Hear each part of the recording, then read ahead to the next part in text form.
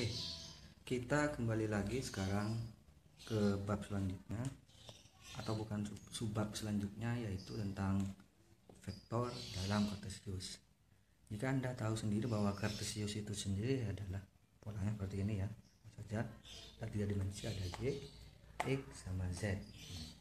Kita ambil melihat di buku. Di situ kalau kita memiliki misal kita memiliki kecepatan itu vektor v 5 dengan arah atau sudutnya itu sudutnya itu 0 theta, berarti 0 ya. Kalau digambarkan berarti itu seperti ini, karena sudutnya 0, 4 sudut, berarti ini di sini. Jadi yang dikatakan kecepatan 5 itu arahnya ke sini ya. Terus kita lanjut. Jika kita memiliki sekarang, kalau misalkan sudutnya itu adalah 45. Kalau tadi sudutnya itu 0, kalau sekarang arahnya itu 45 derajat. Kita gambarkan lagi. Misal ini 5. Ini 5. Nah, di situ sudutnya 45, berarti ke sini ya.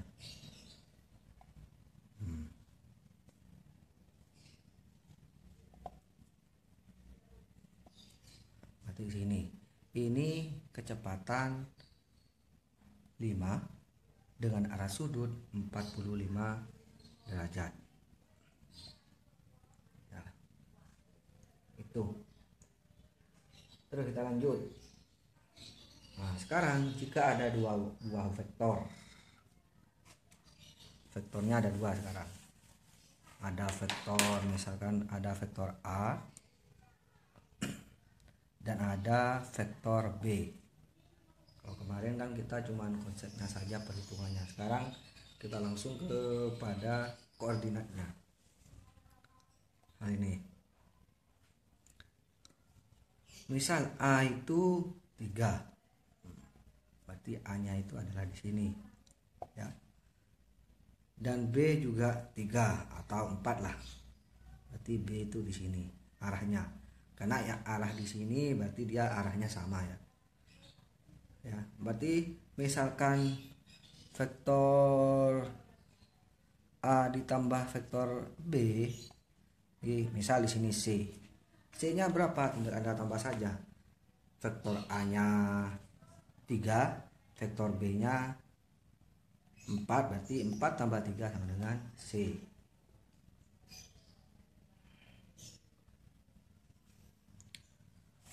Terus sekarang kalau misalkan ada yang berbalik arah,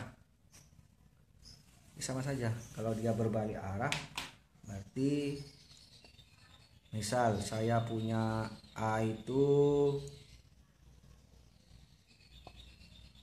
3,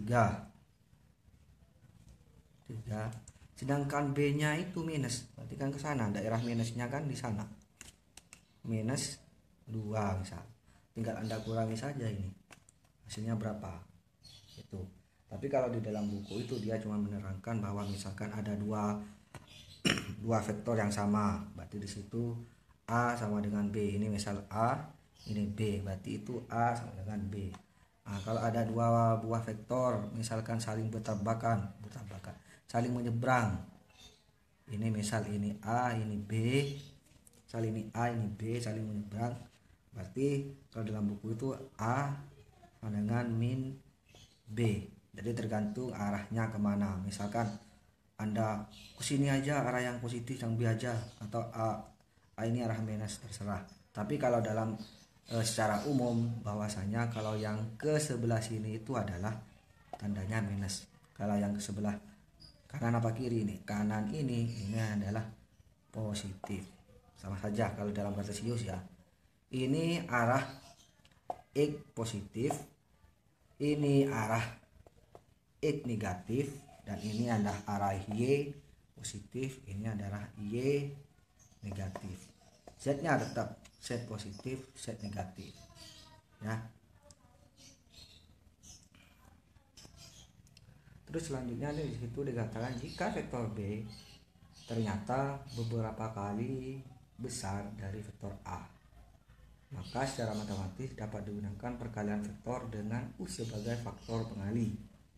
Itu dicontohkan kan, ini ada A, ini ada B, jadi B itu jauh lebih besar, berarti A nya itu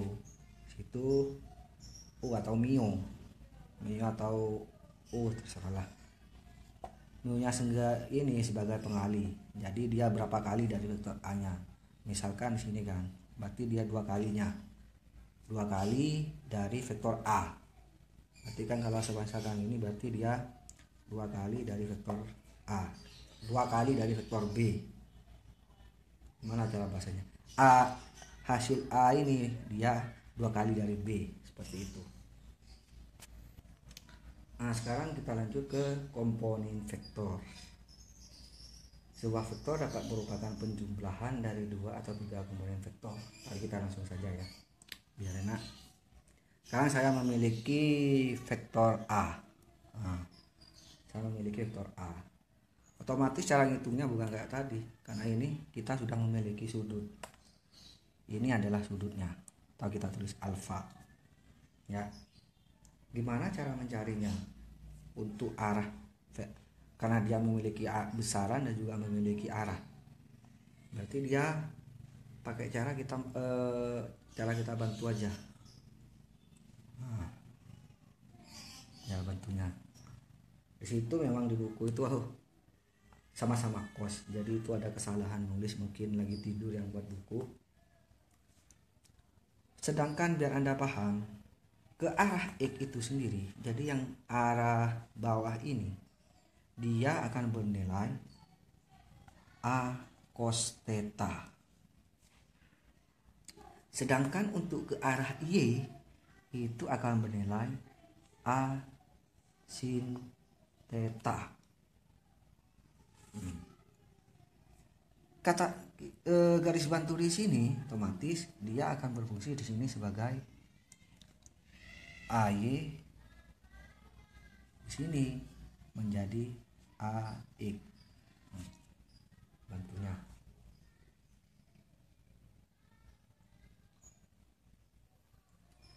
Sehingga otomatis cara menjumlahnya, karena kita sudah punya seperti ini, kita kan tinggal jumlah saja ini sama ininya, tanpa mengesampingkan ini dulu. Kita kesampingkan ini dulu, berarti otomatis A nya itu sendiri, vektor A nya itu sendiri adalah jumlah dari AX plus AY.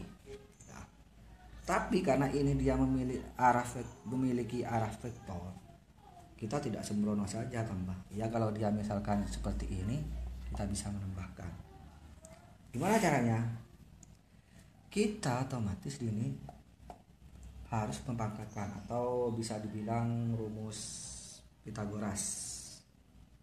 Ya, seperti rumus Pitagoras. Mungkin kalau anak matematika, rumus Pitagoras itu bisa dikatakan makanan sehari-hari, sehingga A-nya itu sendiri adalah AX kuadrat AY kuadrat. Saya rasa Anda pasti ingat rumus Pitagoras ini ya.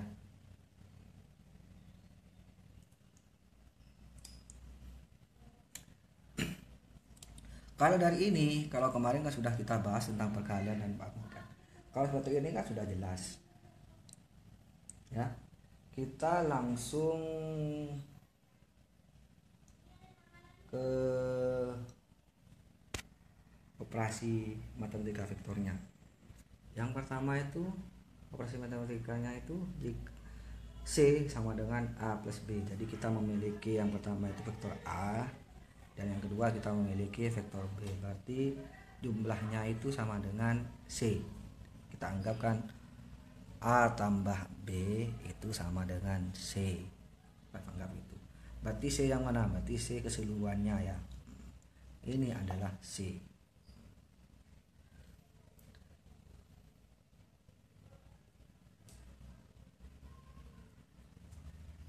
Itu di situ juga ada contohnya, jadi biar cepat aja saya lanjut.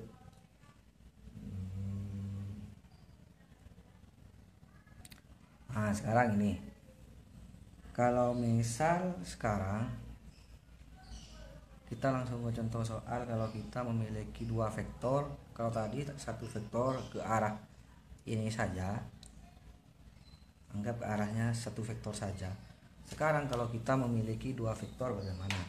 Jadi yang pertama itu vektornya itu dia arahnya itu 0 derajat, ini kita sebut vektor A, dan yang kedua itu vektor B. Nah, ini dua vektor. Gimana cara menambahkannya? Berarti itu pakai cara translasi. Arti kayak semacam cermin. Jadi dia ntar jadi kayak jajar genjang. Ini arah ini, sudut di sini dia harus sama dengan sudut ini. Ya. Di sudut di sini sudah sama, makanya disebut translasi. Jadi cerminan. Nih, di contoh itu. Kalau kita memiliki vektor A dan vektor B, otomatis kita pakai cara translasinya. Kita asumsikan gini. Karena saya gak ada penggaris ya, jadi saya reng-reng saja. Jadi ntar kalau Anda mau pakai, Anda harus pakai penggaris. Nah, mudah-mudahan lurus. Kita anggap ini sudah lurus. Nah, ini pengganti dari B atau translasi dari B. Ya, ini translasinya dari B. Berarti otomatis dia akan memiliki seperti ini. Nah, itu translasinya. Sudut di sini dia harus sama dengan sudut yang di sini. Makanya disebut translasi ya. Otomatis kita sebut di sini ini karena ini B, oke lah. Karena kita mau menghitung yang di sini di dalam buku itu, kita sebut ini B, berarti ini kita sebut B juga. Karena kita mau menghitung yang di dalam ini. Sekarang kita sebut di sini P, sebut di sini S, ini Q. Jadi biar Anda tidak bingung, kita samakan dengan yang di buku aja. Ini sudutnya. Nah, sekarang seperti kayak tadi, kalau yang searah E itu adalah cos. Berarti di sini adalah B cos theta. Cos alfa. Karena di sini disebut alfa, berarti cos alfa. Yang searah I berarti dia vektor B sin theta. Tinggal sebenarnya saya tidak usah menerangkan ke bawah sih, karena itu miliknya matematika. Sehingga yang kita dapat sekarang adalah SQ dan QR. Kita tulis dulu di sini. Kita hapus ini. SQ itu sendiri adalah B cos theta, sedangkan QR-nya sendiri adalah B sin alfa. Sekarang kan otomatis dia harus dijumlah. Ini sama ini itu harus dijumlah. Otomatis kalau dia mau menjumlah, kalau tadi kan kalau kita menjumlah dua ini, tinggal kita jumlahkan aja. Ini A misalkan. Berarti dia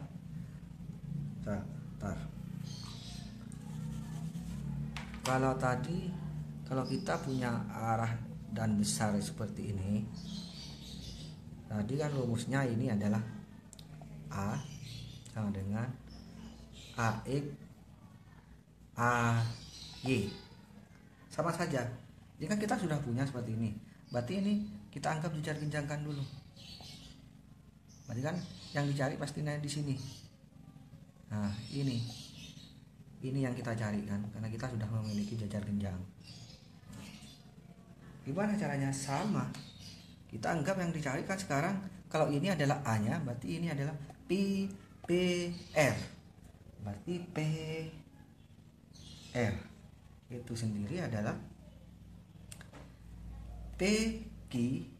Nah ya, ini PR-nya sendiri. Kalau tadi kan AX sama AY. Ya, berarti ini PQ dan QR. Itu maksudnya. Kalau tadi A itu adalah AX plus AY. Nah, sekarang kalau PQ berarti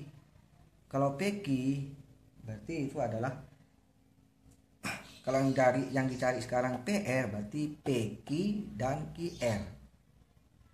Mudah-mudahan ngerti ya. Tapi itu rumusnya adalah PQ dan plus QR. Nah, jangan sampai lupa kuadratnya. Nah, berarti ini kuadrat.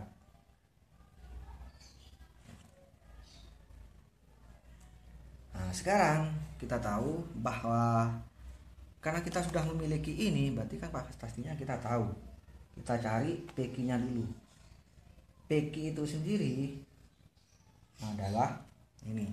PQ itu sendiri adalah jumlah dari PS ditambah B cos theta, ya. Atau kita tulis dulu PQ itu sendiri adalah PS ditambah SQ, ya. PS ditambah SQ. PS ditambah SQ, ya. Nah, PS itu PQ itu sendiri adalah PS ditambah SQ.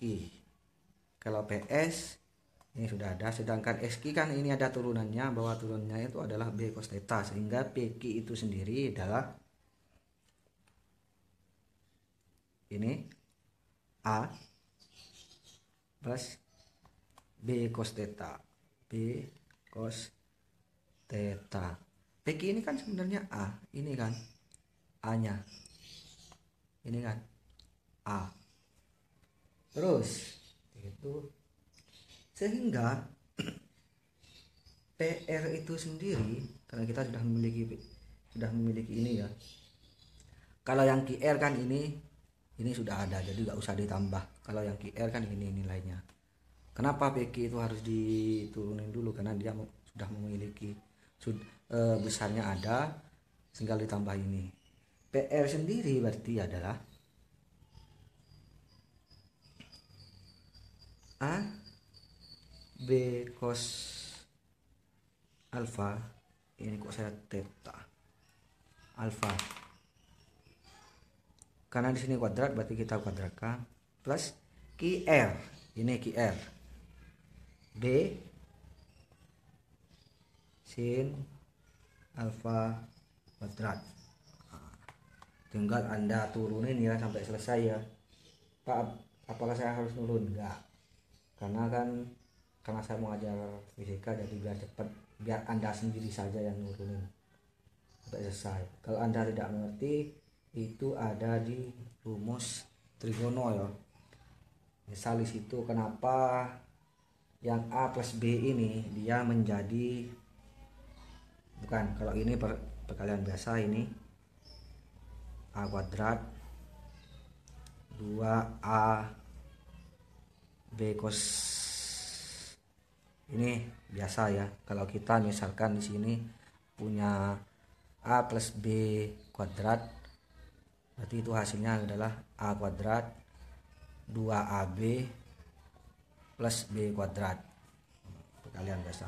Nah, ini yang jadi apa namanya, trigono. Dia akan menjadi B kuadrat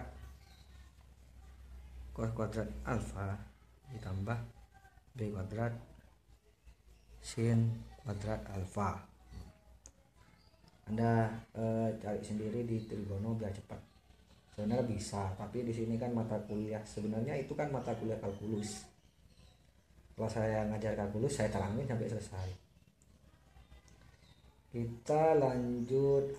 Sekarang di yang kedua, kalau kita memiliki minus juga sama, karena di sini kan ke arah sininya plus. Sekarang kalau kita memiliki arahnya itu ke bawah, berarti sama saja ya. Tinggal di situ kan perbedaannya ada pi min alfa ya. Kalau kita tadi itu ini alfanya, kalau kita memiliki ke sini, berarti tinggal Anda kurangin pi alfa. Tuh. Untuk perkalian itu sama saja. Perkalian itu cuman kalau perkalian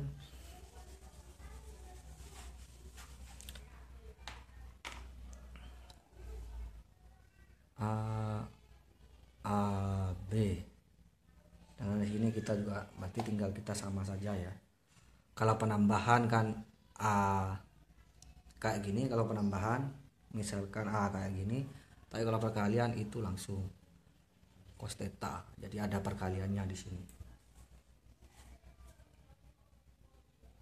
Sama, cuman bedanya itu perkalian. Kalau yang tangan itu perkalian silang itu yang pakai tangan itu sebenarnya saya menerapkan secara langsung saja.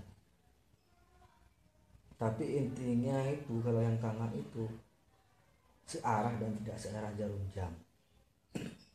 Kalau nerangkan melalui seperti ini rasa tidak bisa. Jadi kalau ketemu atau ada apa saya kasih contoh nanti. Oke, untuk sementara itu dulu. Jadi biar tidak banyak juga videonya. Setelah ini akan ada tugas lagi tentang masalah, tapi kebanyakan itu tugas tentang ini ya. Pak, apakah tugasnya turunan? Tidak bakal dari turunan. Tugas turunan itu hanya untuk mata kuliah kalkulus. Kalkulus 1, kalkulus 2, kalkulus 3 sampai 4. Tapi kalau karena saya itu dosen TI, saya itu cuma ngajar kalkulus 1 sama kalkulus 2. Jadi ada turunan trigono juga, logaritma. Tapi karena di sini saya mengajar fisika, jadi saya mengajar fisikanya, bukan mengajar kalkulusnya. Eman ntar dosen kalkulus kalian gak bakal ngajar seperti ini. Jadi biarkan mereka yang menurunkan. Oke, terima kasih. Assalamualaikum warahmatullahi wabarakatuh.